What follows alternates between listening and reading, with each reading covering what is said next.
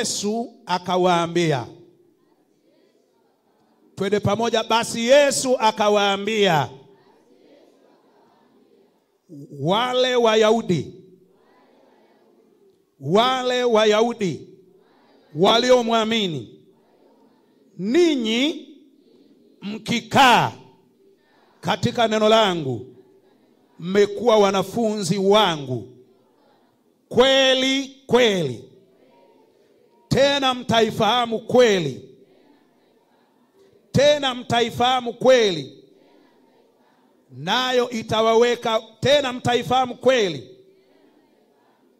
nayo itawaweka uhuru kweli kweli. Turudie tena mstari huo wa 32. Tena mtaifahamu kweli, nayo itawaweka uhuru kweli kweli. Bwana Yesu apewe sifa sana. Baba, tunakushukuru kwa ajili ya neno hili. Asante kwa sababu umeliachilia neno hili kwetu siku ya leo. Naomba Bwana kupitia neno hili ukatuhudumie. Na sisi tunakutamani kuifahamu kweli. Na katika hiyo kweli umesema itatuweka uhuru, tena uhuru kweli kweli. Asante Bwana, tunakubariki, tunakuhimili, tunakutukuza katika jina la Yesu Kristo Mwokozi wetu. Amen. Bwana Yesu apewe sifa sana. Kama unaandikwa, kichwa cha ujumbe wetu kinasema nguvu ya kuifahamu kweli ya neno la Mungu. Nguvu ya kuifahamu kweli ya neno la Mungu. Hebu turudie wote kwa pamoja. Nguvu ya kuifahamu kweli ya neno la Mungu. Naomba turudie wote kwa pamoja. Nguvu ya kuifahamu kweli ya neno la Mungu. Hiyo ndio kichwa cha ujumbe wetu. Bwana Yesu apewe sifa sana. Bwana Yesu apewe sifa sana. Sema amina kama tuko pamoja vizuri sawa sawa. Nguvu ya kuifahamu kweli ya neno la Mungu ni kitu cha thamani sana katika maisha ya Mkristo, kwa sababu ufahamu wa kweli wa neno la Mungu utabadilisha maisha yako na kukuletea uhuru. Au nuru. Na kukuletea nuru na kukujenga kiroho. Nguvu ya kuifahamu kweli ya neno la Mungu ni kitu cha thamani sana. Kitu cha thamani sana katika maisha ya Mkristo, kwa sababu kuifahamu kweli ya neno la Mungu itabadilisha maisha na kukuletea nuru na kukumjenga mtu kiroho. Hebu tuangalie sasa, tunapoutazama mstari huu kwa kina chake, kwa urefu wake na kwa mapana yake. Unaposoma Biblia ni muhimu sana kusoma kwa kugundua kweli iliyopo. Wengi tunasoma Biblia kama tunasoma tu ili wakati mwingine kusoma ili kuelewa tu mahali namna fulani, lakini hatusome kwa kugundua kweli iliyokuwemo ndani. Na kusi mtu wa Mungu, soma Biblia katika engo ya kutaka kuelewa kweli iliyokuwemo ndani ya hilo neno la Mungu. Na ukisoma katika engo ya namna hiyo, hiyo kweli utakaoelewa kupitia mstari uliousoma au sura ulioisoma au Biblia nzima ambayo umeisoma, hiyo kweli utakayoipata katika kuigundua itakuweka huru. Sema amina kama tuko pamoja vizuri sawa sawa. Sema amina kama tuko pamoja vizuri sawa sawa. Na hapa Yesu anazungumza na Wayahudi waliomwamini. Kwa maneno mengine ningeweza kusema hata leo kwamba Yesu hapa anazungumza na mtu aliyeamini. Yaani mtu aliyookoka. Mtu ambaye amemwamini Yesu kama Bwana na Mwokozi wa maisha yake. Yesu anazungumza naye na akazungumza na Wayahudi hawa kwa habari ya kuifahamu kweli na kwa habari ya nguvu iliyokuwemo ndani ya kweli ya neno la Mungu. Nguvu iliyokuwemo ndani ya kweli ya neno la Mungu. Sikilizeni wapendwa, watu wa Mungu. Hakuna kitu kingine chochote kinachoweza kukufungua, kinachoweza kuleta uhuru kwenye maisha yako, kinachoweza kuleta ukombozi kwenye maisha yako, kinachoweza kukupa furaha kubwa katika maisha yako na kukuweka uhuru mbali na vifungo vya dhambi, mbali na nguvu za giza, mbali na magonjwa, mbali na kuonewa, mbali na kunyanyasika na nguvu za adui na utawala wa adui, kama kweli. Yesu anaizungumza kweli ndiyo ufunguo pekee wa muhimu sana kwenye maisha ya muamini kuwekwa huru kwake. Kuwa huru mbali na vifungo vya dhambi, kuwa huru mbali na vifungo vya mapepo, kuwa huru mbali na vifungo vya magonjwa, kuwa huru mbali na kuonewa, kuwa huru mbali na umaskini, kuwa huru mbali na vifungo vya kila namna vilivyomfunga mwanadamu. Uhuru huo unatokana na kugundua na kuifahamu kweli ya neno la Mungu. Sema amina kama tuko pamoja vizuri sawa sawa. Sema amina kama tuko pamoja vizuri sawa sawa. Ifahamu kweli na hiyo kweli itakuweka huru. Bwana Yesu apewe sifa sana. Na ninapozungumza kweli, ninamzungumza Yesu Kristo mwenyewe. Yesu Kristo ndiye kweli. Bwana Yesu apewe sifa sana. Kitabu cha Yohana mlango ule wa 14 mstari wa 6, Yesu anasema, mimi ndimi njia na kweli na uzima, mtu haji kwa Baba ila kwa njia ya mimi. Mimi ndimi njia, kweli na uzima. Kwa hiyo ninapozungumza kweli, ninamzungumza Yesu Kristo mwenyewe. Yeye ndiye kweli ambaye anajifunua katikati yetu. Na mpendwa, tunaposoma Biblia tunamsoma Yesu.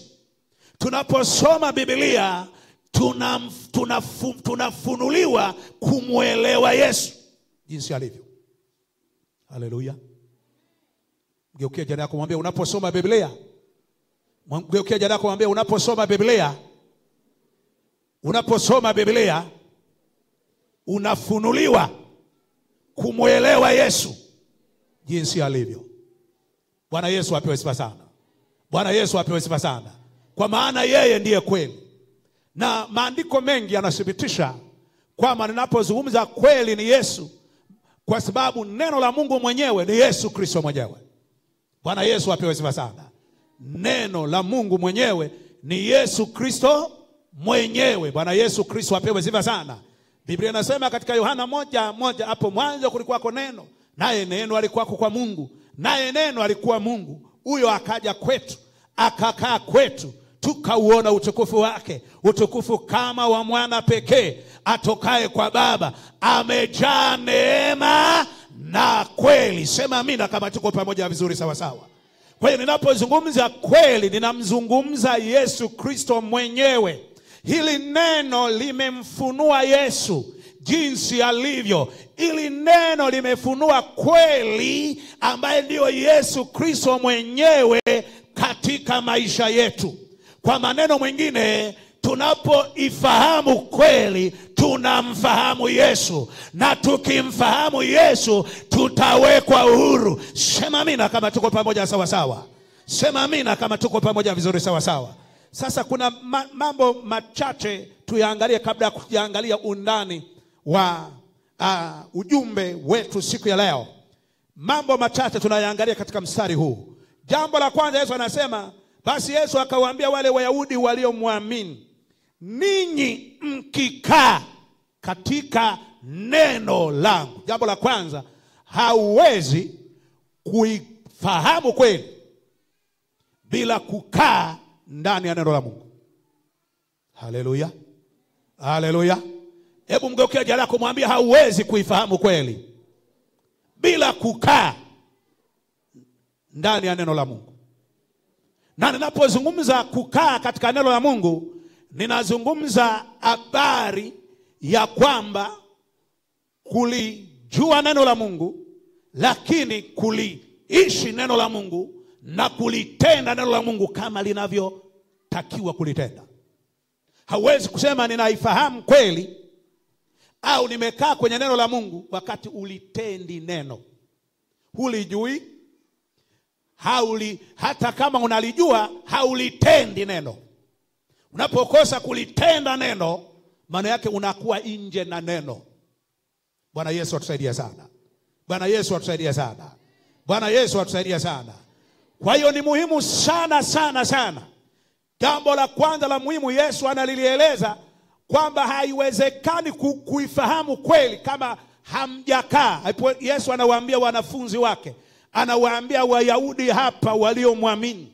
Yesu anawaambia hamwezi kulifahamu. Hilo ndio jambo la kwanza la muhimu sana la kugundua na kulifahamu katika kweli hii tunayoisoma hapa katika mistari hii, kwamba kumbe hatuwezi kuifahamu kweli kama hatujakaa ndani ya neno la Mungu. Hatujakaa ndani ya neno la Mungu. Hebu mgeukia jirani yako, mwambie kaa ndani ya neno la Mungu. Mwambie tena kaa ndani ya neno la Mungu. Mwambie tena kaa ndani ya neno la Mungu. Hapo ndipo utakapoweza kuigundua kweli. Bwana Yesu atusaidie sana. Bwana Yesu atusaidie sana. Kama kweli imekuambia kutoa zaka, ukiwa mwaminifu katika kutoa zaka na unafanya vizuri, sio kwa viwango vya kujionyesha, ni kwa viwango vya uaminifu vya kulitii neno na kutembea na neno na kulitenda neno. Katika viwango hivyo utagundua kweli zilizopo katika kutoa zaka, jinsi baraka zilizopo, jinsi ulinzi uliopo, jinsi neema iliyopo, jinsi mafanikio yaliyopo, jinsi ulinzi wa Mungu uliopo katika kutimiliza neno hilo. Bwana Yesu Kristo apewe sifa sana. Bwana Yesu Kristo apewe sifa sana. Sema amina kama unaelewa vizuri sawa sawa. Kwa lazima ukae katika neno la Mungu. Lakini jambo la pili anasema mkisha kaa kwenye neno, hapo ndipo mtakapogundua kweli. Na mkisha igundua hiyo kweli, Yesu anawaambia hapo ndipo mtakapokuwa wanafunzi wangu. Tena sio wanafunzi wako wa kawaida, wanafunzi wake kweli. Bwana Yesu apewe sifa sana. Na huo ukweli wanaougundua utawaweka huru. Ngoja niseme mpendwa, moja ya kitu ambacho Shetani anashughulika na watu wa Mungu na kanisa la Kristo ni kuhakikisha hawaifahamu kweli. Alo. Hebu ngeukie jirani yako, mwambie Shetani anashughulika wewe usifahamu kweli. Kwa ni moja ya kitu ambacho Shetani anapambana nacho kwa watu wa Mungu, kwamba wasifahamu kweli. Na anajua hakikisha wafahamu kweli, wataamini uongo. Wataamini uongo. Na wakiamini uongo, watakuwa katika vifungo vya Ibilisi. Bwana Yesu atusaidie sana. Bwana Yesu atusaidie sana. Wapo watu wengi wako kwenye vifungo vya Ibilisi kwa sababu hawajaijua kweli. Na kwa sababu hawajaijua kweli, na Shetani amewekea pazia la kutokuifahamu kweli. Wengine wamewekea hata mipaka wasisikilize neno la Mungu. Bwana atusaidie sana. Bwana atusaidie sana.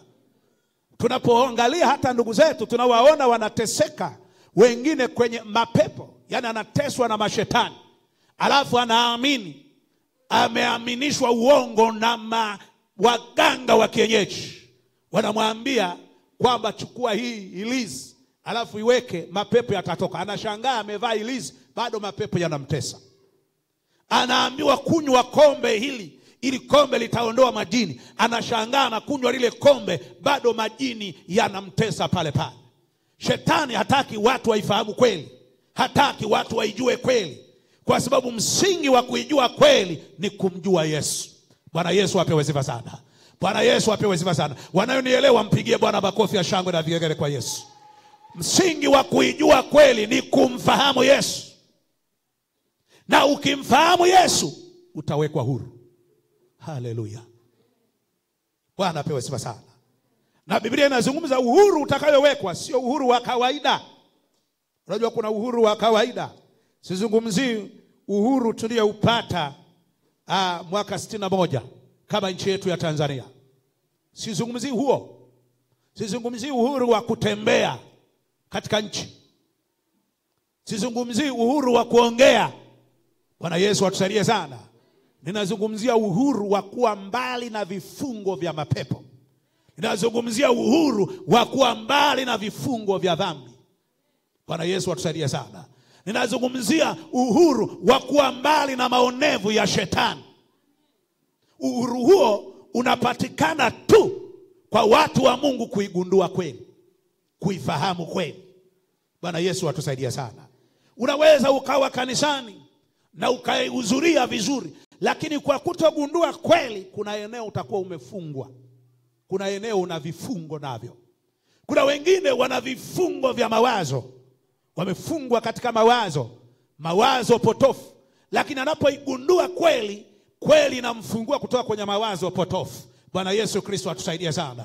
Wengine wako kwenye imani potofu. Wanapoigundua kweli iliyokuwemo katika neno la Mungu, wanapoifahamu hiyo kweli, na waweka huru mbali na imani potofu. Bwana Yesu Kristo atusaidie sana. Wengine wanakuwa katika vifungo vya umaskini na ufukara. Vifungo hivyo vinaondolewa katika kugundua kweli kwamba umaskini hauondolewi kwa kuombewa tu. Umaskini unaondolewa kwa kuwa mtii, kwa kulitii neno la Mungu na kulitendea kazi neno la Mungu, lakini kwa kufanya kazi. Bwana Yesu Kristo apewe sifa sana. Ukishaifahamu kweli inavyozungumza, yani neno la Mungu linavyozungumza, unawekwa uhuru kutoka katika kifungo fulani. Haleluya. Haleluya. Haleluya. Na ndio maana tunasema jambo la kufunguliwa ni hatua endelevu zinazoendelea kwenye maisha ya muamini. Kila aliyookoka, ili kufunguliwa katika maeneo mbalimbali uliofungwa nayo, ni hatua endelevu inayoendelea kila wakati. Unapogundua kweli, kuna mahali unawekwa huru. Bwana Yesu atusaidie sana. Unaweza ukawa mjinga kwenye eneo fulani na ibilisi akakuonea kwenye eneo fulani. Wengine mnaweza mkaonewa na mawazo mabaya, na shetani akawa na kutesa na mawazo mabaya.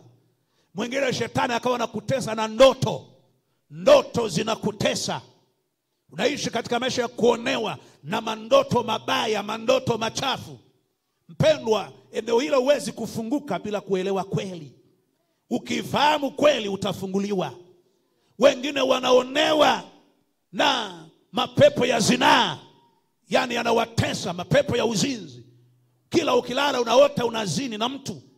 Zinaa imekisili, iko ndani yako, inatesa mapepo hayo. Wapendwa, hauwezi kuwekwa huru katika namna hiyo ambayo umefungika nayo bila kugundua kweli. Haleluya. Haleluya. Yesu anapozungumza na hao Wayahudi, ni Wayahudi ambao walikuwa wanaiamini Torati. Ni Wayahudi ambao walikuwa na dini zao za Kifarisayo na Masadukayo, lakini bado walikuwa wamefungwa.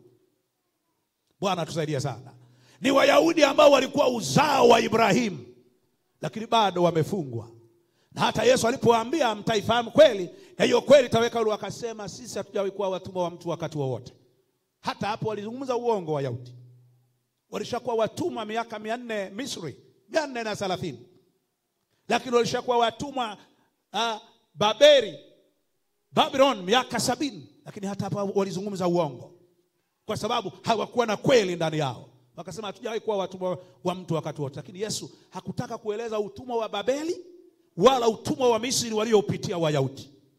Yesu akaeleza utumwa mmoja mbaya sana ambao ndio umewafanya maisha yao washindwe kutembea katika uhuru, washindwe kuwa uhuru, washindwe kuwa uhuru, wawe na vifungo vya dhambi, wawe na vifungo vya nafsi, wawe na vifungo vya maonevu ya adui, wawe na vifungo vya uongo wa ibilisi, watembee kwenye uongo wa ibilisi. Yesu akaeleza kwamba kipindi hicho ninyi ni watumwa wa dhambi. Mnapaswa mweke huru kwa sababu ninyi ni watumwa wa dhambi. Ni kweli ni uzao wa Ibrahimu, lakini ninyi hampa uhuru. Pamoja ni uzao wa Ibrahimu, hampa uhuru. Hamjakuwa huru, bado ninyi ni watumwa wa dhambi. Bado mnasema uongo kama baba yenu anavyosema uongo. Baba yenu ni Ibilisi na Shetani. Mungekuwa kweli kwa ukweli wa ndani, mungekuwa watoto wa Ibrahimu, mungefahamu kweli. Mungekuwa kwa ndani kwa kweli ni watoto wa Ibrahimu, mungekuwa uhuru, mbali na uongo wa Shetani, mbali na utumwa wa dhambi, mbali na kuonewa. Mungefunguliwa, mungetembea kwenye uhuru kamili. Sema amina, sema amina, sema amina, sema amina. Kwenye uhuru kweli kweli. Kwa hiyo, kwa sababu hiyo, munapaswa mkae kwenye neno langu. Munapaswa mkae kwenye neno langu. Alafu mkisha kaa kwenye neno langu, mtagundua kweli iliyomo kwenye neno langu. Na mkisha igundua kweli iliyomo kwenye neno langu, hiyo kweli itawafungua. Hiyo kweli itaondoa dhambi. Hiyo kweli itaondoa vifungo vya mapepo. Hiyo kweli itaondoa vifungo vya magonjwa. Hiyo kweli itaondoa umaskini. Hiyo kweli itaondoa kuonewa. Hiyo kweli itaondoa kutumikishwa. Hiyo kweli itawaweka uhuru. Hiyo kweli itawafungua. Hiyo kweli itawafanya muwe uhuru, tena uhuru kweli kweli. Sema amina, sema amina, sema amina. Pigie Bwana makofi ya shangwe na vigelegele kabisa kwa Yesu. Bwana Yesu apewe sifa sana. Bwana Yesu apewe sifa sana. Jambo la kwanza la kufahamu. Namba moja, jambo la kwanza la kufahamu. Maana ya kuifahamu kweli ya neno la Mungu.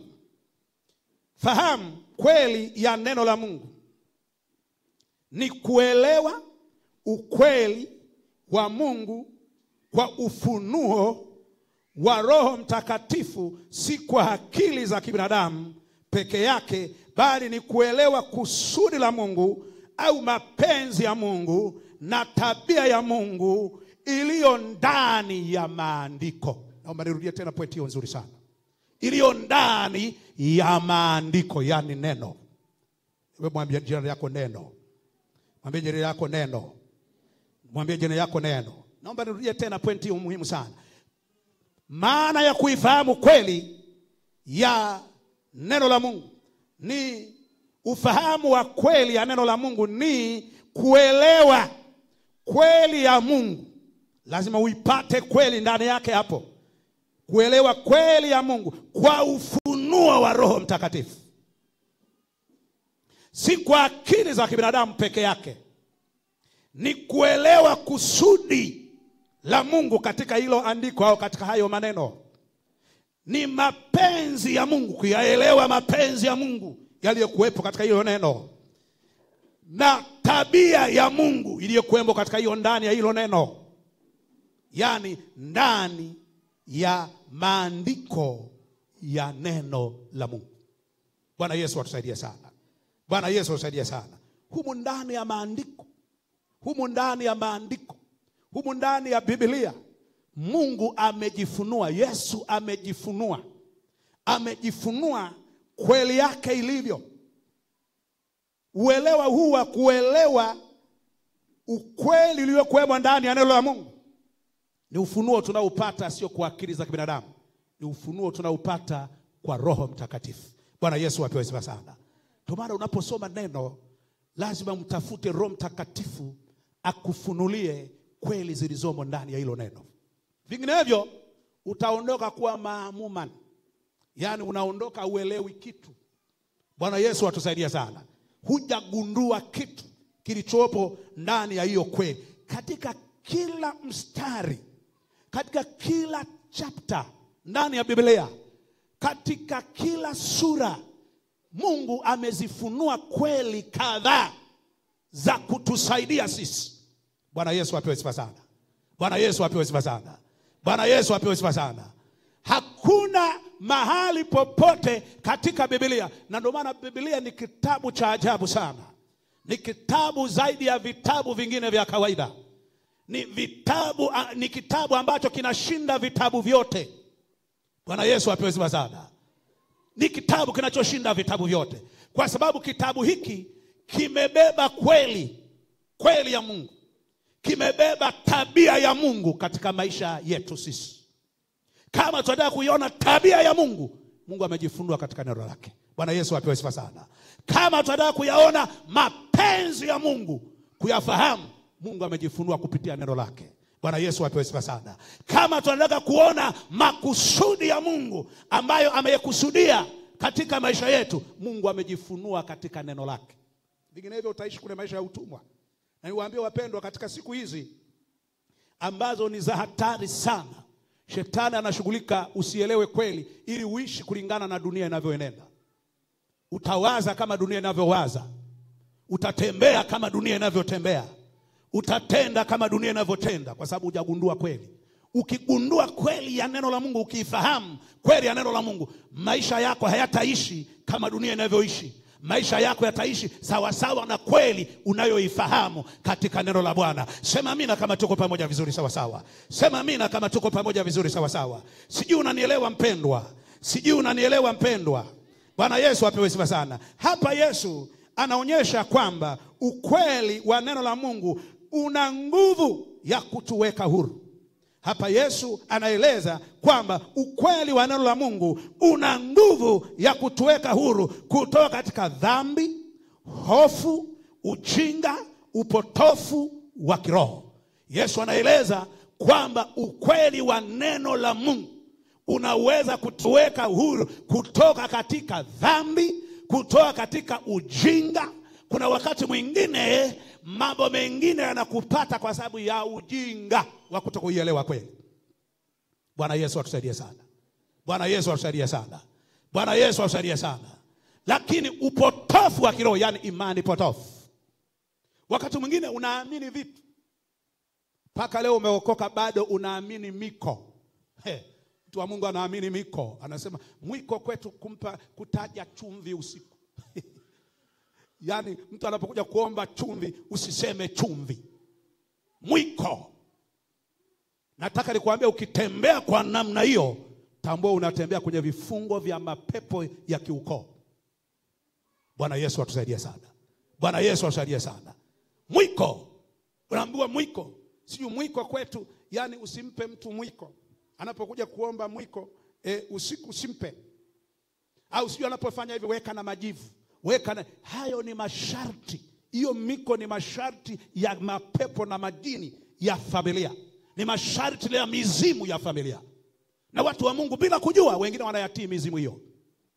Wanatembea kwenye miko ambayo miko mingine mingi ni mibovu. Mingi imeungamanishwa na miungu. Bwana atusaidie sana. Unajikuta mtu ameokoka bado mizimu ya ukoo inamtawala. Ndio maana unaoteshwa mandoto ya babu zako waliokufa kila wakati. Kwa sababu kuna muunganiko fulani unaokuja kutokana na namna unavyotii uongo wa ibilisi. Bwana Yesu atusaidie sana. Namna unavyoutendea kazi uongo wa shetani. Haleluya. Sema amina kama tuko pamoja vizuri sawa sawa. Sema amina kama tuko pamoja vizuri sawa sawa. Na unaweza kushangaa mtu wa Mungu anaishi chini ya kiwango cha kiroho. Chini ya kiwango cha kiroho. Na mwingine hata anaweza kusema hii ni tabia ya ukoo wetu. Sikiliza mpendwa, tukiokoka hatuna tabia za kiukoo. Tukiokoka tumenunuliwa kwa damu ya Yesu, tumesafishwa, tabia za ukoo zimeondolewa, tunapewa tabia ya Kristo, tunapewa tabia ya Kristo, tunapewa tabia ya Kristo, tunapewa tabia ya Kristo, maana Kristo ndio kweli yenyewe. Bwana Yesu apewe sifa sana. Sema amina kama tuko pamoja vizuri sawa sawa. Unajua sisi ukoo wetu hatuchezewi. Imekula kwako, unaishi kwenye tabia za ukoo. Bwana Yesu atusaidie sana. Bwana Yesu atusaidie sana. Bwana Yesu atusaidie sana. Unajua sisi mtoto akizaliwa lazima umpeleke kule umunyoe manywele yote, alafu yale manywele uyachukue ukaiweke kwenye migomba. Na unakuta watu wa Mungu wanatii hayo. Halafu wanapoishi kwenye uongo huyo, mtoto anatembea kwenye vifungo vya majini na mashetani ya kifamilia.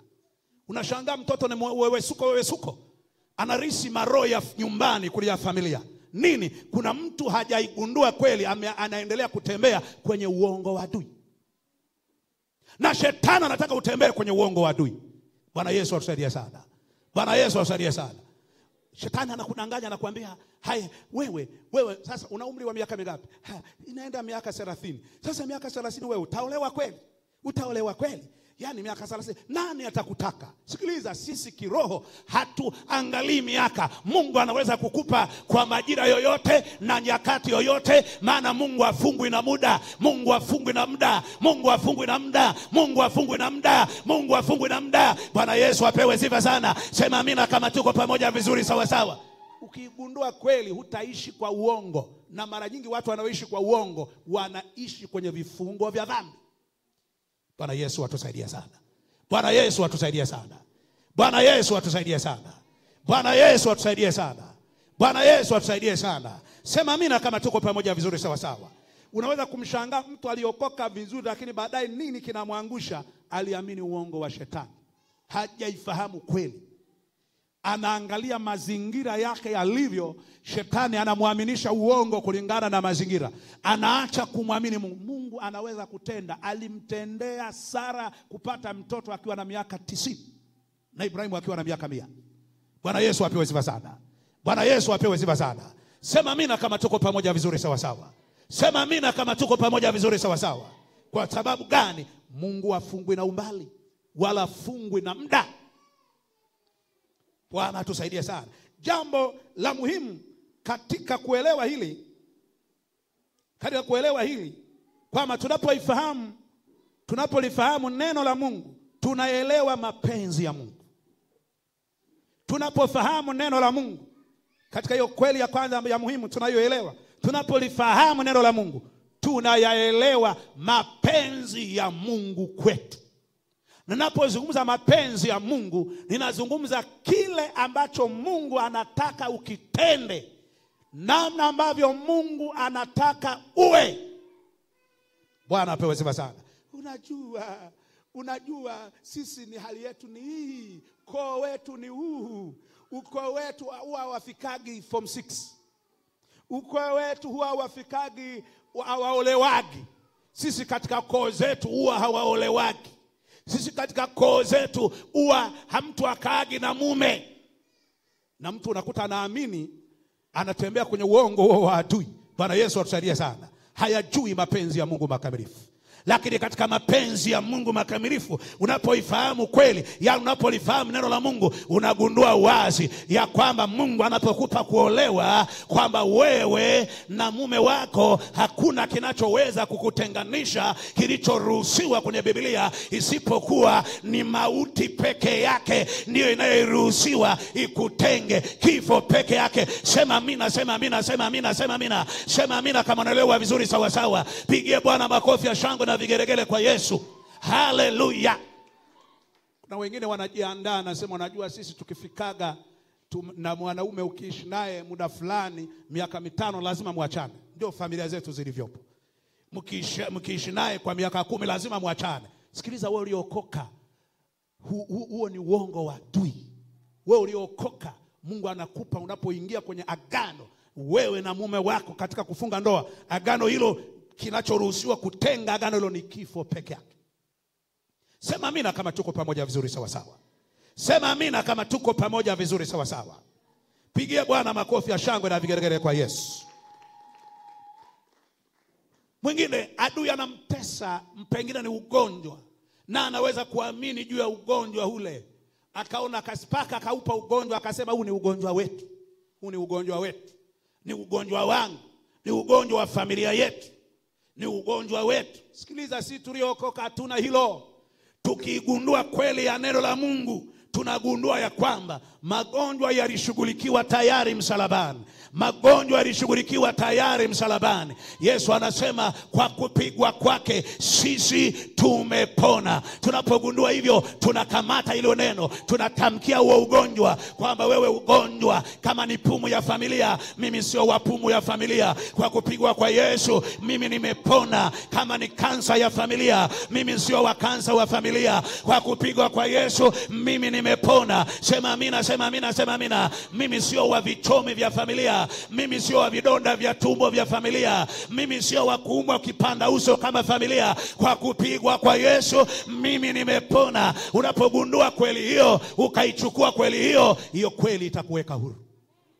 Sema amina kama unaelewa vizuri sawa sawa. Punga mkono sawa sawa kama tuko pamoja. Na hayo ndio mapenzi ya Mungu kwako, ambayo Mungu anataka uyafahamu, uyagundue katika kuifahamu hiyo kweli iliyokuwemo ndani ya neno la Mungu. Bwana Yesu apewe sifa sana. Sema amina kama tuko pamoja vizuri sawa sawa. Sema amina kama tuko pamoja vizuri sasa. Wengi wanaposoma Biblia, lakini si wote wanaoelewa kusudi liliomo ndani ndani na kufahamu ukweli na kupokea ufunuo wa Roho wa Mungu, kupata wa Roho wa Mungu au Roho Mtakatifu, si kwa akili ya kibinadamu. Mtu anayefahamu neno la Mungu anajua mapenzi ya Mungu. Hawezi kutikiswa na mafundisho ya uongo. Hawezi kutikiswa na uongo.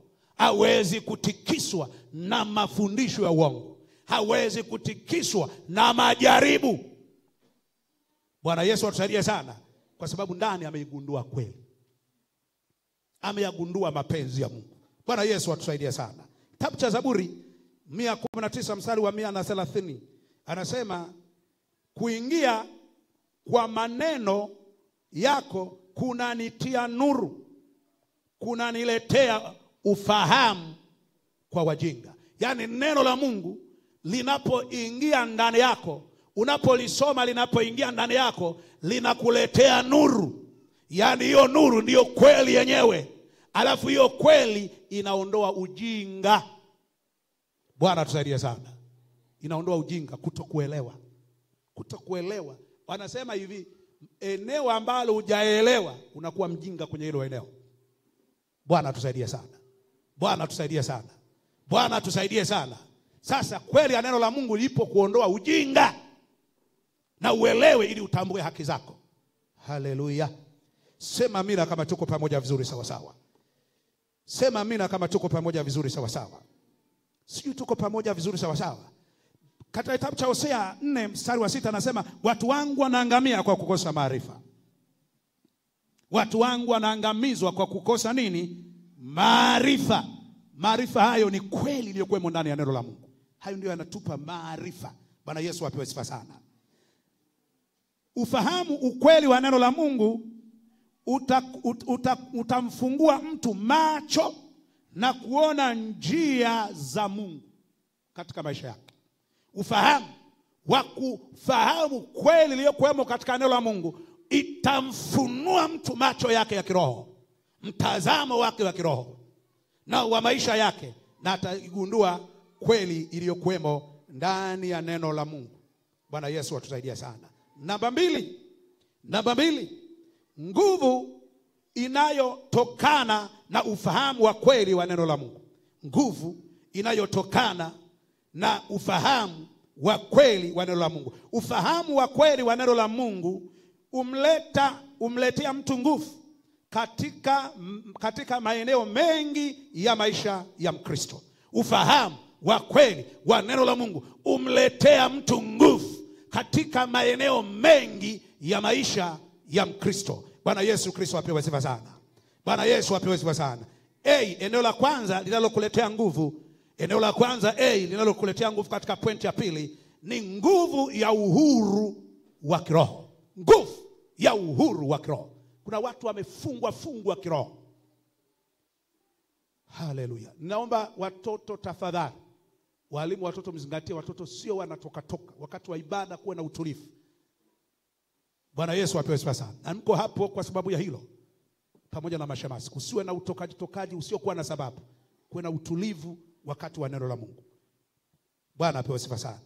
Mjue anayotoka anahitaji nini. Kama ni kwenda nje, mariwatoli ni mfahamu, sio tu mzunguko ambao haumpi Mungu utukufu. Bwana Yesu apewe sifa sana. Tunasema nguvu inayotokana na ufahamu wa kweli ya neno la Mungu. Moja tunasema ni nguvu ya kukuweka huru kiroho.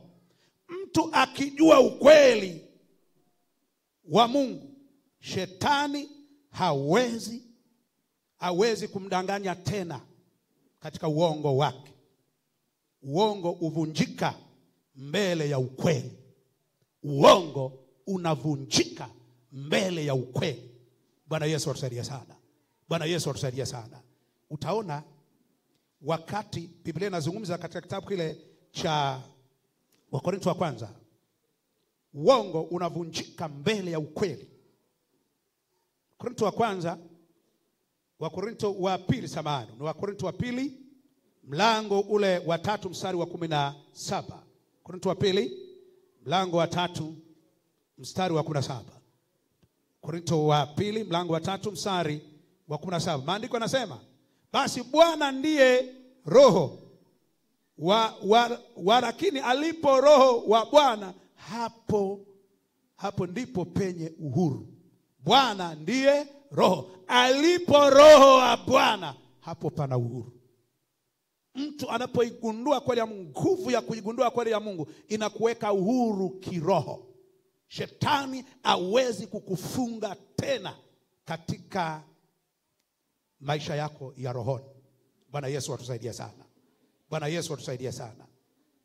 Wala hawezi kukudanganya, hata kutishia kwa majaribu, hata kutishia kwa nini? Maana yake utawekwa huru mbali na vifungo vya kiroho. Bwana Yesu atusaidie sana. Bwana Yesu atusaidie sana. B ni nguvu ya ushindi. Nguvu inayotokana na ufahamu wa neno la Mungu. B ni katika namba 2, B nasema ni nguvu ya ushindi. Neno la Mungu ndio linalotuletea ushindi. Kulielewa neno la Mungu umjenga mtu awe imara, kupinga majaribu na kushinda vita vya kiroho. Kulielewa neno la Mungu umjenga mtu kuwa imara na kupinga majaribu na kushinda vita vya kiroho. Ukisoma katika kitabu cha Mathayo sura ile ya 4, unamuona Yesu katika majaribu yale, katika alipopandishwa na Roho nyikani kujaribiwa. Kilichomwezesha Yesu kushinda majaribu yale ni kwa sababu alikuwa ana kweli. Bwana Yesu apewe sifa sana. Hebu mwambie jirani yako alikuwa na kweli. Mwambie jirani yako alikuwa na kweli. Biblia inasema mstari wa 4 anasema naye akajibu. Mstari wa 3. Mjaribu akamjia akamwambia, ukiwa ndiwe mwana wa Mungu, amuru kwamba mawe haya yawe mkate. Na Yesu akajibu akasema, imeandikwa, mtu ataishi kwa mkate tu, ila kwa kila neno litokalo katika kinywa cha Mungu. Kwa nini Yesu alikuwa na hilo? Na ukisoma kila jibu lake alisema imeandikwa. Imeandikwa. Imeandikwa. Imeandikwa. Mjaribu alipokuja kumjaribu, imeandikwa. Imeandikwa. Hapa anamjaribu kwa habari ya njaa. Ana njaa, amefunga siku 40. Anajaribiwa ageuze mawe kuwa mkate.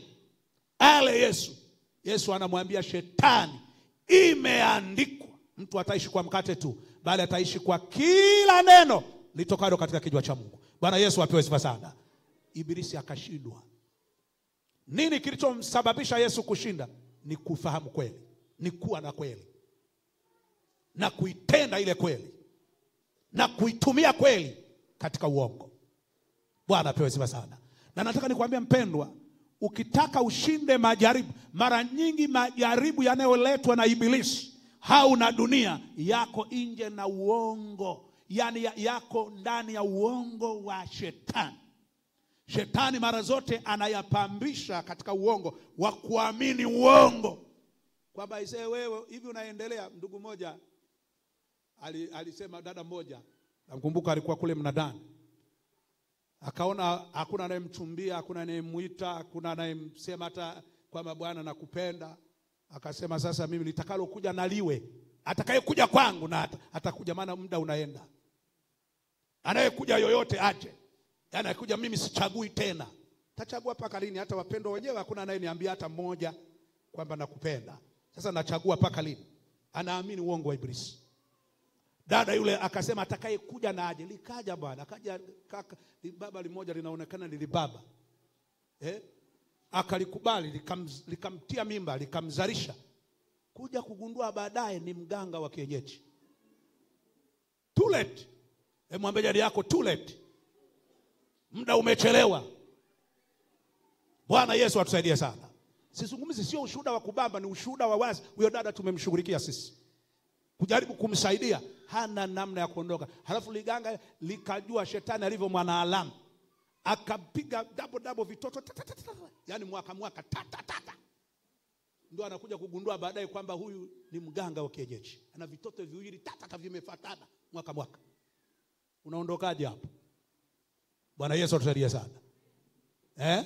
Unaondokaje hapo? Bwana atusaidie sana. Sasa unakuwa msaidizi wa mganga. Lete kuni na wewe unapeleka kuni. Lete jogoo, shika hili jogoo hapa tunachinja, amekuja mgonjwa na wewe unachinja jogoo. Alikuwa mtu wa Mungu, amekuwa msaidizi wa mganga. Nini? Kuamini uongo wa shetani. Bwana Yesu atusaidie sana. Bwana Yesu atusaidie sana. Bwana Yesu atusaidie sana. Sijui mpendwa kama unanielewa vizuri sawa sawa. Sijui kama unanielewa vizuri sawa. Somo hili kama utalichukua na kulitendea kazi kwa kusoma Biblia, kwa kutafuta kugundua kweli ya Mungu. Unapohudhuria kwenye ibada, tafuta kuifahamu kweli iliyokuwemo ndani ya neno la Mungu. Na wewe kutembea kwenye kweli hiyo, mpendwa, utakuwa huru na utashinda majaribio yote ya Ibilisi. Hakuna kitakacho kutisha. Bwana Yesu apewe sifa sana. Paulo hakutishwa. Hata wakati ilipofika sasa wanataka kumtisha, wanamwambia sasa, wewe bwana utakufa, tutakuwa. Anasema mnanitisha kuniua? Mimi sitishiki. Ana kweli. Anasema mkiniua naenda kuishi pamoja na Bwana. Yaani nitakaa milele na Mungu pamoja na Bwana. Lakini mkiniacha, ninahubiri habari za Yesu, ninatangaza habari za Yesu, ninasema kweli za Yesu na kuwaambia watu kweli ya Yesu, na watu watawekwa huru. Chagueni, nikae na Bwana niendelee kuhubiri kweli. Yaani Ibilisi alikaa matatani. Bwana Yesu apewe sifa sana. Hajababaishwa. Kuna wengine wakitishiwa tu au wakiona mazingira magumu, anasema sasa nitafanyeje? Haya ni mazingira magumu, ilibidi tu nitoe rushwa. Mpendwa, unapoamini uongo wowote, unakuwa ndani ya vifungo vya kiroho. Bwana Yesu atusaidie sana. Ndani ya vifungo vya kimapepo, ndani ya vifungo vya adui, ndani ya vifungo vya dhambi. Bwana atusaidie sana. Bwana Yesu atusaidie sana. Bwana Yesu atusaidie sana. Yesu akashinda, Mathayo sura 4 mstari ule wa 4, kwa nguvu ya kweli.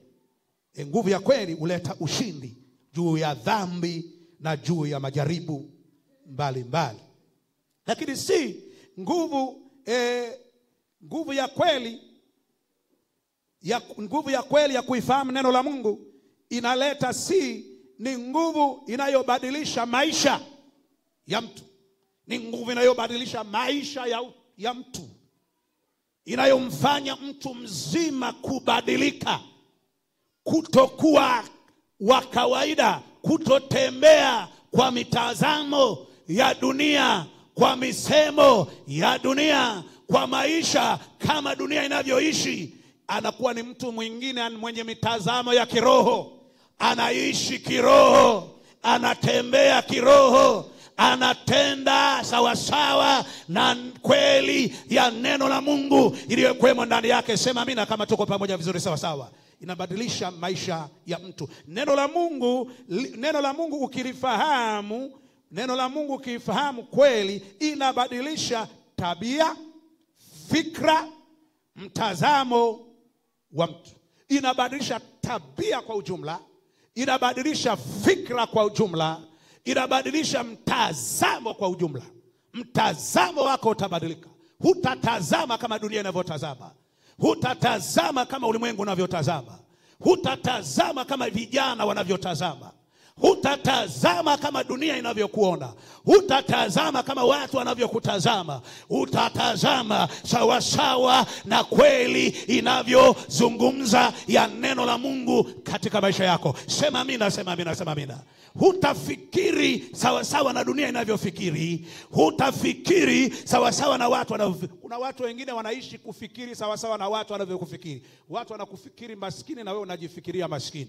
Watu wanakufikiria umeshindwa na wewe unajifikiria umeshindwa. Watu wanajifikiria uwezi na wewe unajifikiria uwezi. Watu wanafikiria unaferi na wewe unajifikiria unaferi. Sisi hatupaswi kuishi kwa mtazamo huo. Ukigundua na kuifahamu kweli ya neno la Mungu, haufikiri kama watu wanavyofikiri. Haufikiri kama watu wanavyokuangalia. Unafikiri sawa sawa na kweli ya neno la Mungu inavyozungumza katika maisha yako. Sema amina kama tuko pamoja vizuri sawa sawa. Sema amina kama tuko pamoja vizuri sawa sawa.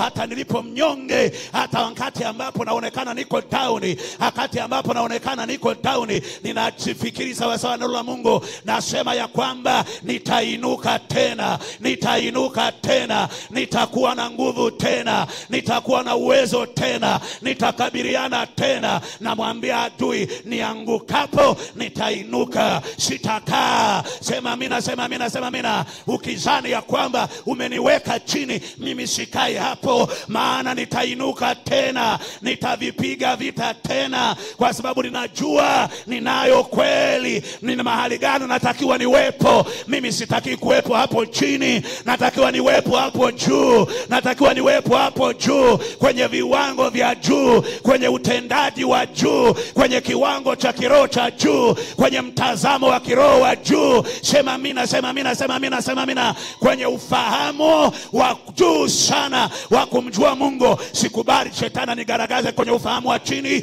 Ninainuka kutoka hapo, nasema nitakuwa na ufahamu mwingine wa kweli, wa kuijua kweli kwa viwango vya juu. Alafu hiyo kweli itanipa ushindi dhidi ya majaribu ya shetani na vita vya ibilisi. Sema amina, sema amina, sema amina. Pigie Bwana makofi ya shangwe na vigeregere kabisa kwa Yesu.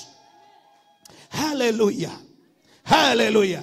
Warumi sura ile ya 12 mstari ule wa pili. Biblia inasema Warumi 12 mstari ule wa pili. Warumi 12 mstari wa pili. Maandiko yanasema hivi. Maandiko yanasema, wala msifuatishe namna ya dunia hii, bali mgeuzwe kwa kufanywa upya nia zenu, mpate kujua hakika mapenzi ya Mungu yaliyo mema, ya kumpendeza na ukamilifu. Haleluya. Sikiliza, kinachomgeuza mtu asitazame kama dunia inavyotazama ni kweli. Mwambie jirani yako ni kweli. Mwambie jirani yako ni kweli. Mwambie jirani yako ni kweli. Kweli ndio itakayo kugeuza. Haleluya. Kweli ndio itakayo kugeuza. Kweli ndio itakayo kugeuza kutoka kwenye mtazamo unaotazama, mtazamo wa kidunia. Kweli itakupa kutazama kama Mungu anavyosema kwenye neno lake. Kweli. Bwana Yesu apewe sifa sana. Itakugeuza. Bwana Yesu atusaidie sana. Vinginevyo mtu wa Mungu utakuwa ni yule mtu anayeishi kwa kufuata upepo. Yaani wanasemaje, wananisemaje, mimi siangalii wananisemaje. Mimi naangalia neno la Mungu linasemaje juu yangu. Bwana Yesu apewe sifa sana. Siangalii wananiangaliaje, ninaangalia neno la Mungu linavyosema juu yangu, kweli ya Biblia inavyosema juu yangu. Bwana Yesu apewe sifa sana. Siangalii leo mnaonekanaje, naangalia neno la Mungu linavyosema juu ya kesho yangu. Haleluya, haleluya, haleluya. Wala leo sitazami watu wanavyotazama leo yangu, na itazama neno la Mungu linavyosema juu ya leo yangu na kesho yangu. Neno inasema juu ya roho yangu, ipo kweli ya Biblia inayosema leo yangu leo na kesho yangu. Hiyo ndio nitaishi, sio mitazamo ya watu. Haleluya. Sema amina kama tuko pamoja vizuri sawa sawa. Na kuna watu wanateseka kwa sababu wanaishi kwenye mitazamo ya watu. Bwana atusaidie sana. Na wengine mnatenda dhambi kwa sababu mnaishi kwenye mitazamo ya watu.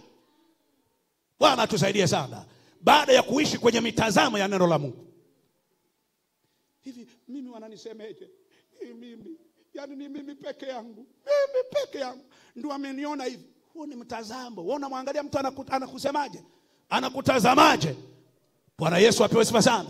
Sisi tunaangalia neno la Mungu linavyozungumza juu ya kweli ilivyo. Haleluya, haleluya, haleluya. Bwana anasema nini juu yangu mimi? Juu yangu mimi, katika kesho yangu, katika kazi yangu, katika biashara yangu, katika huduma yangu, katika maisha yangu, katika utumishi wangu, katika familia yangu, katika watoto wangu, katika umri wangu, katika utendaji wangu, katika maisha yangu. Kama mtu niliokoka, Mungu anazungumza nini? Bwana anasema nini? Mimi nitaishi kile Bwana anachokisema. Nitaishi ile kweli ambayo Mungu anaisema. Sitaishi kulingana na watu, nitaishi kulingana na kweli ya Mungu inavyosema. Sema amina, sema amina, sema amina. Sema amina, sema amina, sema amina. Sibabaishwi na maneno ya watu, na babaishwa kama niko nje na kweli ya Mungu inavyozungumza.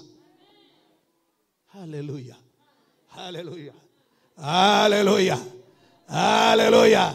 Haijalishi leo navaa kandamili, kweli ya neno la Mungu inaniambia kesho nitakuwa na pea 5 na pea 6, kwamba Bwana anayebariki atanibariki. Bwana Yesu apewe sifa sana. Haijalishi leo nakaa nyumba ya kupanga, kweli ya neno la Mungu inaniambia ya kwamba Bwana atanipa mji wangu, Bwana ananipa mahali pangu. Bwana Yesu apewe sifa sana. Sema amina kama naelewa vizuri sawa sawa. Haijalishi leo naonekana sina kitu, kweli ya neno la Mungu inaniambia ya kwamba Mungu atanibariki na atanifanya kuwa kitu, atanifanya kuwa kitu na kuwa tunu. Haleluya, haleluya. Katikati ya jamii, katikati ya mataifa. Mpe Bwana makofi ya shangwe na vigelegele. Ishi sawa sawa na kweli ya neno la Mungu inavyozungumza kwako. Sema amina kama tuko pamoja vizuri sawa sawa. Sema amina kama tuko pamoja vizuri sawa sawa. Sema amina kama tuko pamoja vizuri sawa sawa. Haleluya, haleluya. Haleluya, haleluya. Hatutaishi kwa kufuata namna ya dunia hii. Ndio maana sasa mtu anajikuta sasa anatafuta namna. Ukimkuta ni binti sasa anajaribu sasa kutafuta namna ya dunia. Nawezeje mimi nikaonekana mkisasa sasa kama wengine wanavyoonekana kisasa? Mwingine anajaribu hata miondoko ili naye aonekane kisasa sasa. Mpendwa, hatuishi kisasa sasa. Tunaishi kulingana na kweli ya Biblia, kweli ya neno la Mungu. Hiyo ndio itatuweka huru. Hiyo ndio itatupa nafasi ya wewe kuwa somebody fulani, ya wewe kuwa mtu fulani. Utakuwa mtu fulani kulingana na kweli ya neno la Mungu unayoishi. Utakuwa mtu fulani kulingana na kweli ya Mungu inavyosema kwenye maisha yako. Na wewe umeigundua, na wewe umeitii, na wewe umetembea kwenye kweli hiyo, itakupeleka mahali fulani. Haleluya, haleluya, haleluya. Itakufanya kuwa mtu fulani. Haleluya. Pigie Bwana makofi ya shangwe na vigelegele. Mama moja alikwenda hospitali na mfahamu mama yule. Wakaenda pale Muhimbili, wakamtazama. Wakamwambia, mama, huwezi kuzaa. Tumekuangalia, tunaona huwezi kuzaa. Haitawezekana. Maana tunaona kizazi chako ni kama kimeharibika. Hakuna uwezo tena wa kuzaa. Wakamwambia, unatakiwa tukufanyie operation ili tuondoe kabisa, vinginevyo tunaona kama kansa inanyemelea. Mama yule aliamini kweli ya neno la Mungu. Akasema, mimi Mungu amenipa mume, na kama amenipa mume atanipa watoto. Sitafanya operesheni na daktari, nitarudi hapa nikishuhudia ya kwamba huyu Yesu ameniponya, huyu Yesu amenipa watoto. Daktari akamwona kama mtu aliyechanganyikiwa kutokana na shida aliyokuwa nayo. Bwana Yesu apewe sifa sana. Lakini mama akarudi mwezi wa kwanza, mwezi wa pili baada ya kutoka hospitali, mwezi wa 3 mimba ikaingia. Haleluya, haleluya, haleluya. Haleluya, haleluya. Baada ya miezi 2 mama akaenda kliniki. Anasema, ninasikia. Kwanza mume akaanza kushangaa. Mama anasema, nataka maembe, nataka sijui na maembe kama vitu vichacho. Akaanza kushangaa, huyu mbona nataka vitu vichacho? Anamwambia, nasikia vitu vichacho. Baba analeta maembe, haleti yaliyoiva, maana yanatakiwa machacho. Akawa analeta, anakula yule. Baada hiyo akasema, mama, baba, mbona sioni mwezi wa kwanza siuoni, na huu sasa umeingia wa pili siuoni? Baba akasema, twende tuangalie. Tukaende kule Muhimbili, mahali ambapo profesa yule alituambia. Walipoenda kupima, profesa alipotazama akasema, ni wewe kweli Celestini? Ni wewe kweli Celestini? Alikuwa anaitwa Celestini. akasema ni mimi kabisa. Anasema ninaona ndani yako kuna mtoto, kuna mtoto, kuna mtoto, kuna mtoto, kuna mtoto. Bwana Yesu apewe sifa sana. Akamwambia daktari, nilikuambia nitakuja hapa nikushuhudie ya kwamba Yesu aliyenipa mume atanipa na watoto. Sema amina, sema amina, sema amina. Hakuishi kulingana na watu wanavyomwangalia, aliishi kulingana na kweli ya Mungu inavyozungumza. Haleluya. Sema amina kama tuko pamoja vizuri sawa sawa. Sema amina kama tuko pamoja vizuri sawa sawa. Sema amina kama tuko pamoja vizuri sawa sawa. Nguvu ya kweli, nguvu ya kuifahamu kweli neno la Mungu. Ni nguvu ya kuleta ni nguvu inayoijenga imani. Ni nguvu inayoijenga imani. Imani ya kweli imani ya kweli inatokana na kuelewa kweli ya neno la Mungu. Imani ya kweli inatokana na kuelewa kweli ya neno la Mungu. Nguvu ya kuelewa neno la Mungu ni nguvu inayoleta kuijenga imani. Namba D, imani ya kweli. Sikiliza, imani haijengwi na misemo tu peke yake, wala imani haijengwi na kujigamba gamba kwako peke yake. Imani inajengwa na kuelewa kweli ya neno la Mungu.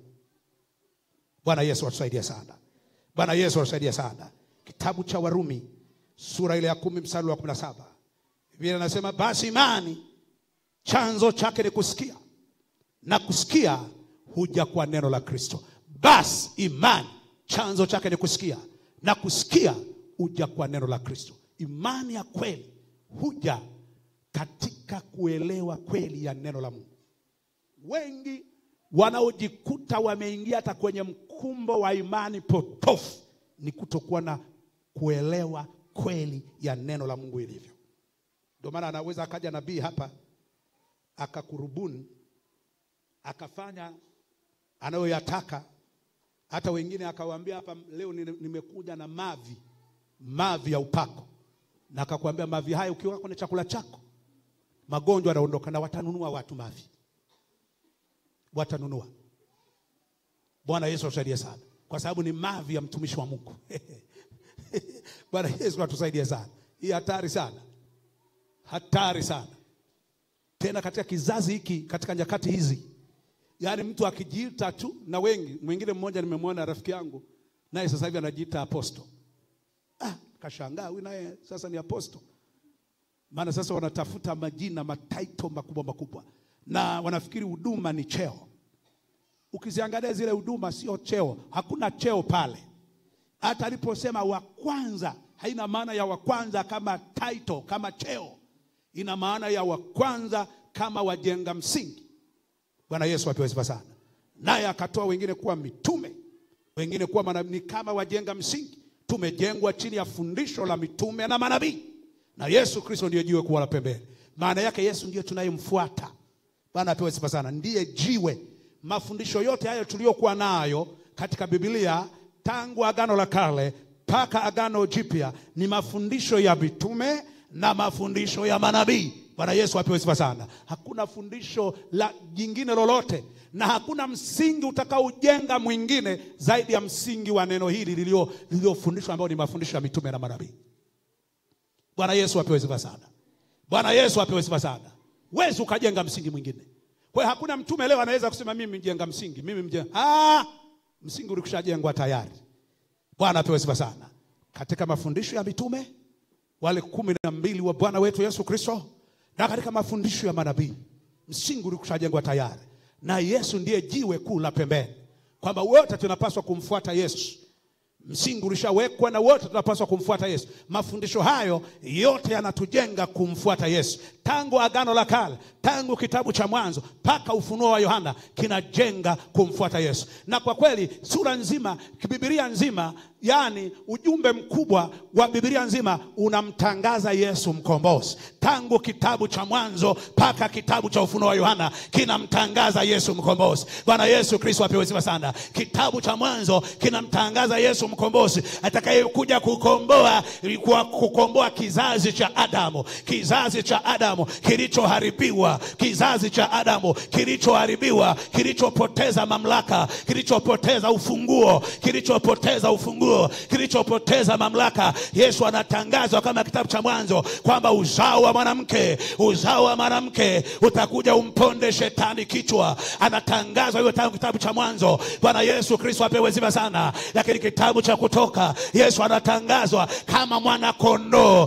kondoo wa Pasaka, Passover. Haleluya, haleluya. Sema amina, sema amina, sema amina kama unaelewa sawa sawa. Lakini kitabu cha Walawi kinamtangaza Yesu kama dhabihu iliyokuwa inatolewa. Haleluya, haleluya. Sema amina kama tuko pamoja vizuri sawa sawa. Na kitabu cha Ufunuo wa Yohana kinamtangaza Yesu kwamba ndiye mkombozi atakayemaliza kazi ya ukombozi, ya kuleta ukombozi wa dunia nzima na kusababisha kumnunulia Mungu watu wa kila taifa, watu wa kila kabila, watu wa kila lugha, watu wa kila jamaa, na kuwakomboa na hukumu ijayo ya kutupwa kwenye ziwa liwakalo moto na kibiriti. Sema amina, sema amina, sema amina, sema amina. Pigie Bwana makofi ya shangwe na vigeregere kabisa kwa Yesu. Ni nguvu ya kuelewa vyema neno la Mungu ndiye itakayokufanya uweze kuwa huru. Bwana Yesu Kristo apewe sifa sana. Bwana Yesu apewe sifa sana. Itakayojenga imani yako, na imani yako itaimarishwa. Sasa nataka nizungumze pointi moja ya mwisho, nizungumze mambo ya haraka sana. Tunakwenda kuomba sasa. Mambo ya haraka. Pointi ya tatu inasema hivi: jinsi ya kufahamu kweli ya neno la Mungu. Jinsi ya kufahamu kweli ya neno la Mungu. Namba moja, tunaenda haraka. Moja, soma neno la Mungu kila siku kwa moyo wa kutafuta kugundua kweli, sio kama desturi. Soma neno la Mungu kila siku kwa moyo wa kutafuta kugundua kweli ya neno la Mungu, sio kama desturi. Usisome neno kama desturi, hautagundua kweli iliyokuwepo. Bwana Yesu atusaidie sana. Bwana Yesu atusaidie sana. Wengi wanasoma neno kama desturi, au mwingine anasoma neno ili apate mstari wa kuombea pate mstari wa kuombea, wa kumdaia Mungu. Soma neno kwa kugundua kweli iliyokuwepo, kwa sababu wakati mwingine katika ile kweli unayogundua itakuonyesha unatakiwa ufanyeje. Bwana Yesu apewe sifa sana. Sio kama desturi. 2, omba Roho Mtakatifu. Jinsi ya kuifahamu kweli ya neno la Mungu. 2, omba Roho Mtakatifu akuongoze katika kuelewa neno la Mungu. Omba Roho Mtakatifu akuongoze. Yohana sura ya 16 mstari wa 13. 16:13. Hebu some pale Yohana 16:13. Nataka kwenda kuomba, sio muda mrefu. Bwana Yesu apewe sifa sana. Omba kuigundua kweli iliyokuwemo kwenye neno la Mungu. Yohana 6:13. Yohana 16:13. 16 mstari ule wa 13. Naomba aliyopata anaweza kusoma.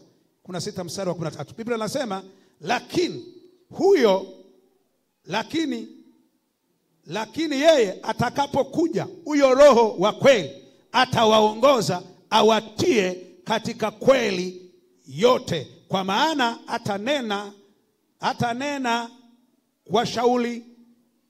Naomba nirudie tena. Lakini yeye atakapokuja, huyo Roho wa kweli, atawaongoza awatie kwenye kweli yote, kwa maana atanena kwa shauri lake mwenyewe, lakini yote atakayoyasikia atayanena, na mambo yajayo atawapasha habari yake. Biblia inasema huyu Roho Mtakatifu ndiye anaitwa Roho wa kweli. Hebu sema tena, Roho wa kweli. Sema tena kwa sauti, Roho wa kweli. Kwa hiyo tunaposoma, tumuombe Roho Mtakatifu atuongoze kutujulisha kweli iliyokuwemo ndani ya hilo neno. Na hilo neno unalolisoma, na hiyo kweli itakusaidia, itakuweka mahali fulani. Bwana atusaidie sana. Lakini tatu, tafakari neno la Mungu. Litafakari neno la Mungu, liwe moyoni. Litafakari neno la Mungu na liweke moyoni. Litafakari neno la Mungu na liweke moyoni, ulitumie maishani. Litafakari neno la Mungu, unapolisoma lisome kwa kulitafakari, liingize moyoni, alafu litumie kwenye maisha yako. Kitabu cha Joshua sura ya 1 mstari ule wa 8, kitabu hiki cha Torati kisiondoke kinywani mwako, yatafakari maneno yake mchana na usiku, ndipo utakapoangalia yale ya kupasayo kutenda, na ndipo utakapostawi sana. Mungu anampa Joshua namna ya yeye kufanikiwa ni kuwa na kweli. Bwana Yesu apewe sifa sana. Anamwambia awe na Torati, awe na maneno ya Mungu ndani yake. Alafu aangalia hayo maneno ya Mungu yanasemaje. Akisha yaangalia atagundua kweli iliyokuwemo katika neno la Mungu. Alafu atende sawa sawa na hiyo kweli. Mungu anamwambia utafanikiwa. Bwana Yesu apewe sifa sana. Bwana Yesu apewe sifa sana. Bwana Yesu apewe sifa sana. Ukisoma hujaliweka moyoni, hujalitendea kazi, hauwezi kuwa na hiyo kweli. Na hiyo kweli haiwezi kuwa ndani yako na kukuweka huru. Kwa hiyo tafakari neno la Mungu, liweke moyoni. Liweke moyoni, litumie maishani. Mwambie jirani yako tafakari neno la Mungu. Mgeukie jirani yako mwambie tafakari neno la Mungu. Mwambie wewe, mwambie tena wewe, tafakari neno la Mungu. Liweke moyoni, litumie maishani. Tafakari, tuseme hapa tena tafakari. Alafu weka. Twende tena tafakari, weka, alafu tumia maishani. Bwana Yesu apewe sifa sana. Hapo ndio kwenye siri ya kuwa huru. Kwenye siri ya kuwekwa huru katika mazingira yako yote. Bwana apewe sifa sana. Kutafakari, kuweka moyoni, kutumia maishani. Turudie tena kutafakari neno la Mungu, kwa sababu kutafakari kunatumia akili. Bwana apewe sifa sana. Usisome neno kama hadithi, soma kama kulitafakari. Ulipe nafasi ya kutafakari. Hivi hapa Mungu alikuwa na maana gani? Kwa nini Mungu anasema hivi hapa? Hiyo ndio kutafakari.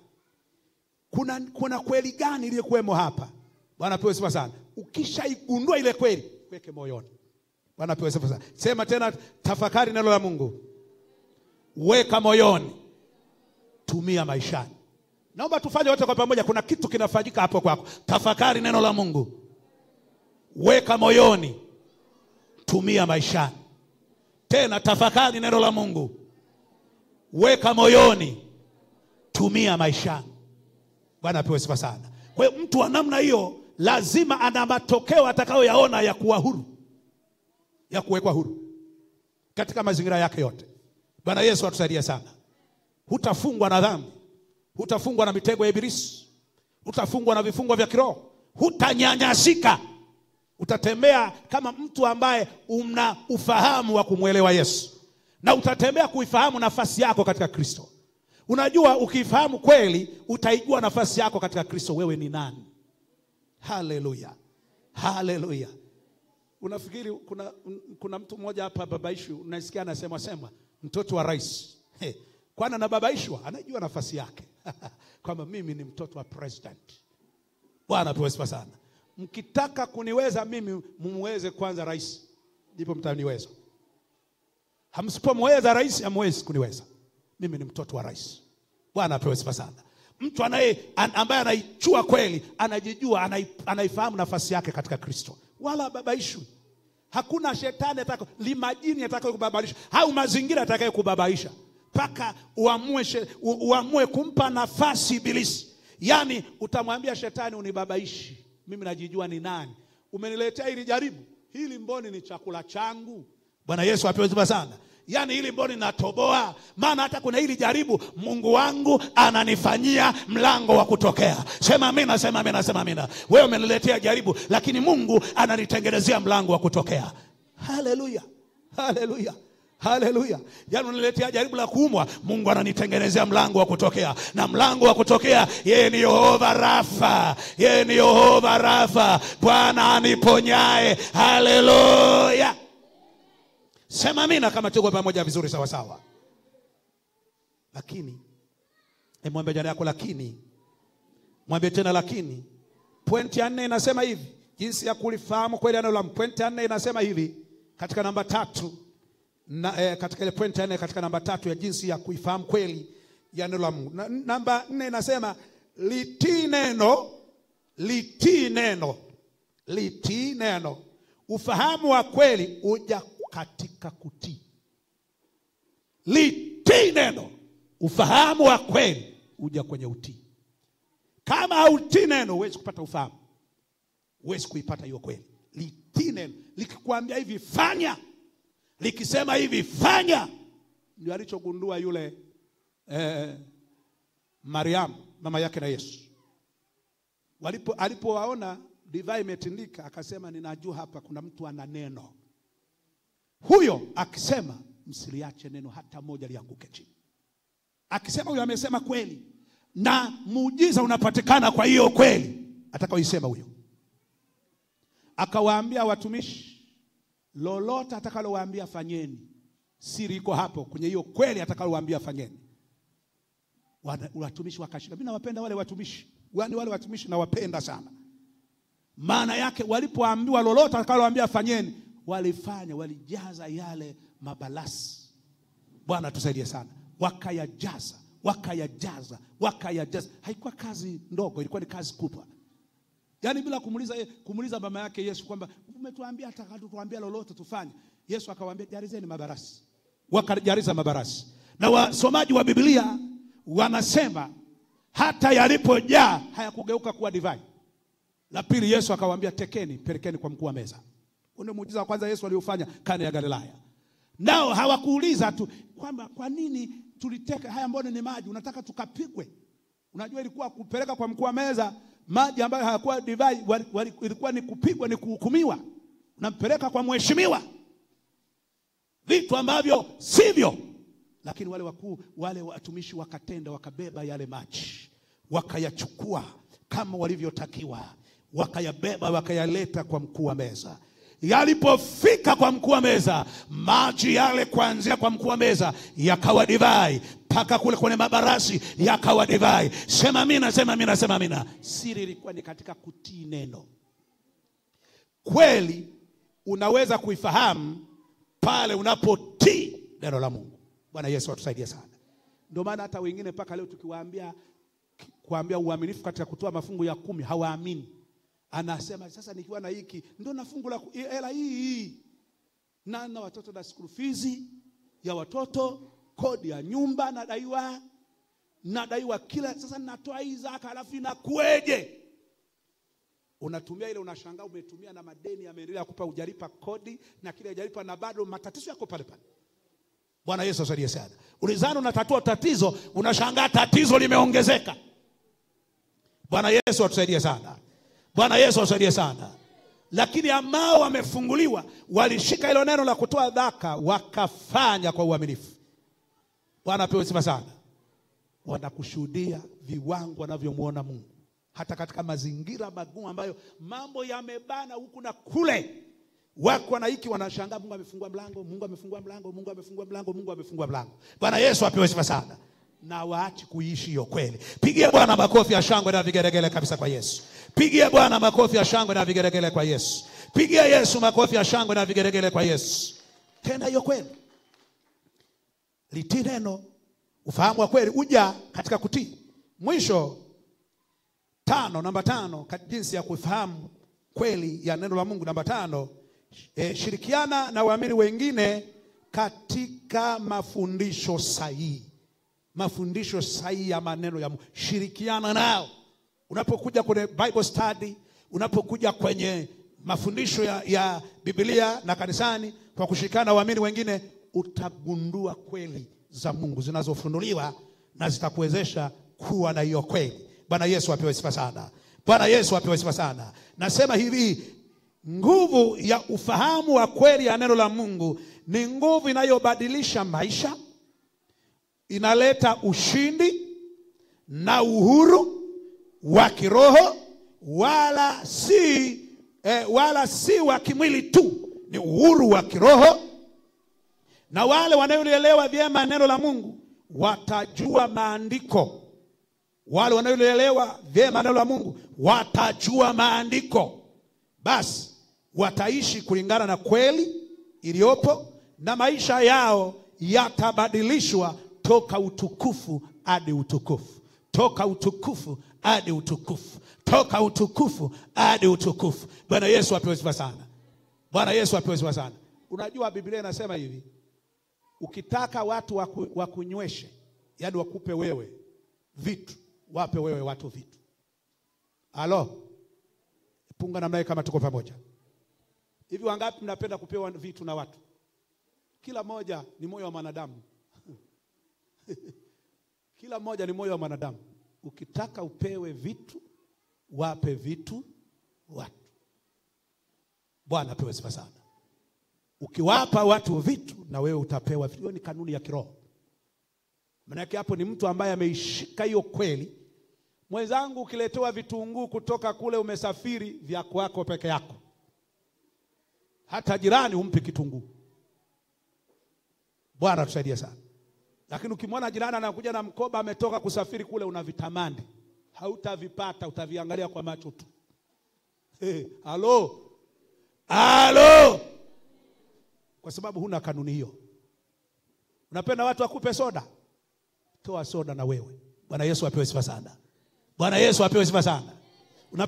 Unapenda watu wakupeleke saluni? Peleka saluni na wewe mtu. Bwana Yesu apewe sifa sana. Bwana Yesu apewe sifa sana. Bwana Yesu apewe sifa sana. Unapenda watu waichangie harusi yako? Changia na wewe harusi za wengine. Haleluya. Haleluya. Unapenda na wewe watu wafurahie harusi yako? Furahia harusi za wengine. Sio ukiona harusi za wengine unanuna. Yaani ufurahi pamoja na mwenzako kufurahi. Sikiliza, na kwa harusi yako watu watanuna. Sema amina kama unaelewa vizuri sawa sawa. Sema amina kama unaelewa vizuri sawa sawa. Kwa nini? Kwa sababu uko nje au itendi kweli inavyotakiwa kutenda. Bwana tusaidie sana. Ukimwona mbele amefanikiwa, amenunua gari, ananiambia ninunua gari la pili, mimi ni furahi.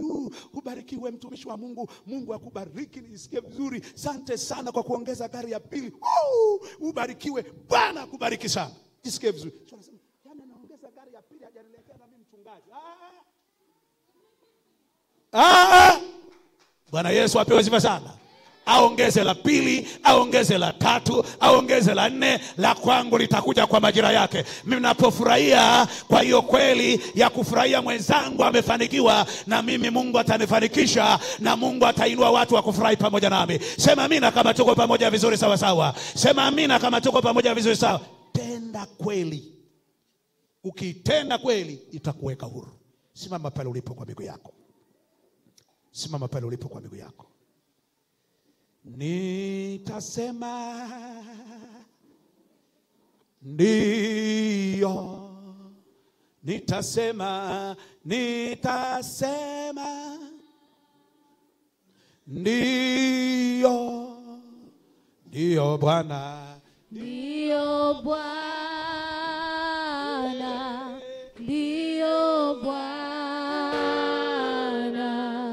Nitasema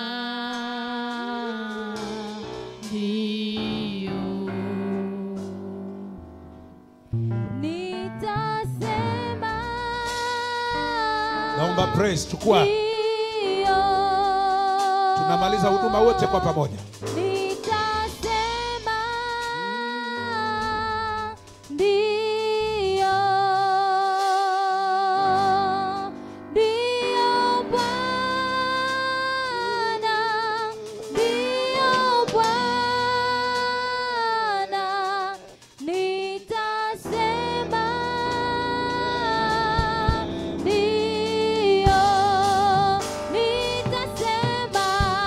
Nitasema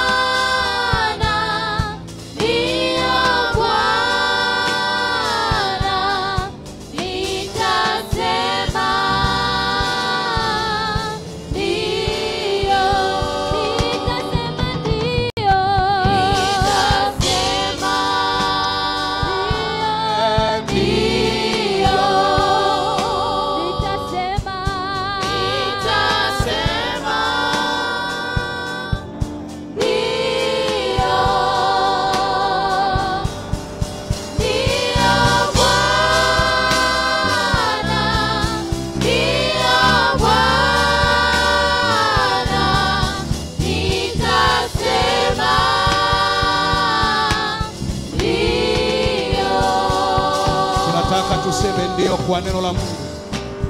Tuseme ndio kwa kweli za Biblia. Inawezekana adui amekutamkia, na hata hapo ulipo kuna mawazo ambayo yako kinyume na neno la Mungu. Kuna mawazo yako kinyume na kweli ya neno la Mungu. Umetamkiwa ugonjwa na wewe unajiona hivyo hivyo. Umeambiwa huu ni wa ukoo wenu. Leo unaweza kukataa huo ugonjwa. Leo unaweza kukataa.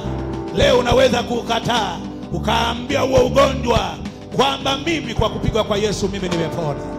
Ukauambia mimi kwa kupigwa kwa Yesu nimepona. Ukautamkia kweli ya neno la Mungu wa ugonjwa. Yamkini umeambiwa utaolewa, lakini neno la Mungu linasema ya kwamba Mungu ndiye anayempa mtu mke na mume. Unaweza kutamkia leo kusema nitaolewa. Unaweza kutengua hayo maneno ya uongo ya adui na ukatamka neno la kweli la Mungu kwamba nitaolewa. Nitaolewa. Umetamkiwa utazaa. Unaweza kulitamkia leo neno la Mungu kweli ya Biblia kwamba nitazaa. Maana Mungu ndiye anatoa watoto. Maana Mungu ndiye anayenipa watoto. Sema mimi kama tuko pamoja vizuri sawa sawa. Unaweza pengine umetamkiwa, umeambiwa ya kwamba utakufa maskini. Utakufa maskini. Mwambie ya kwamba Mungu ametamkia hata nibariki kwa baraka za Ibrahimu. Kwa baraka za Ibrahimu. Umeambiwa utajenga nyumba, lakini Mungu anasema utajenga. Bwana anasema utajenga. Tamka kweli. Tamka kweli. Ikiri kweli leo. Ikiri kweli katika mazingira uliyokuwa nayo. Ikiri kweli ya neno la Mungu kulingana na hali uliyokuwa nayo. Nataka niombe na watu hapa. Watu ambao wanasema mtumishi wa Bwana, nina mahali ambapo adui amenishika. Nina mahali ambapo adui amenitamkia uongo wake. Ameniambia sitafanikiwa kwenye eneo hili. Ameniambia mimi nitaendelea kuwa mgonjwa. Ameniambia huu ni ugonjwa waketu kwenye ufahamu wangu.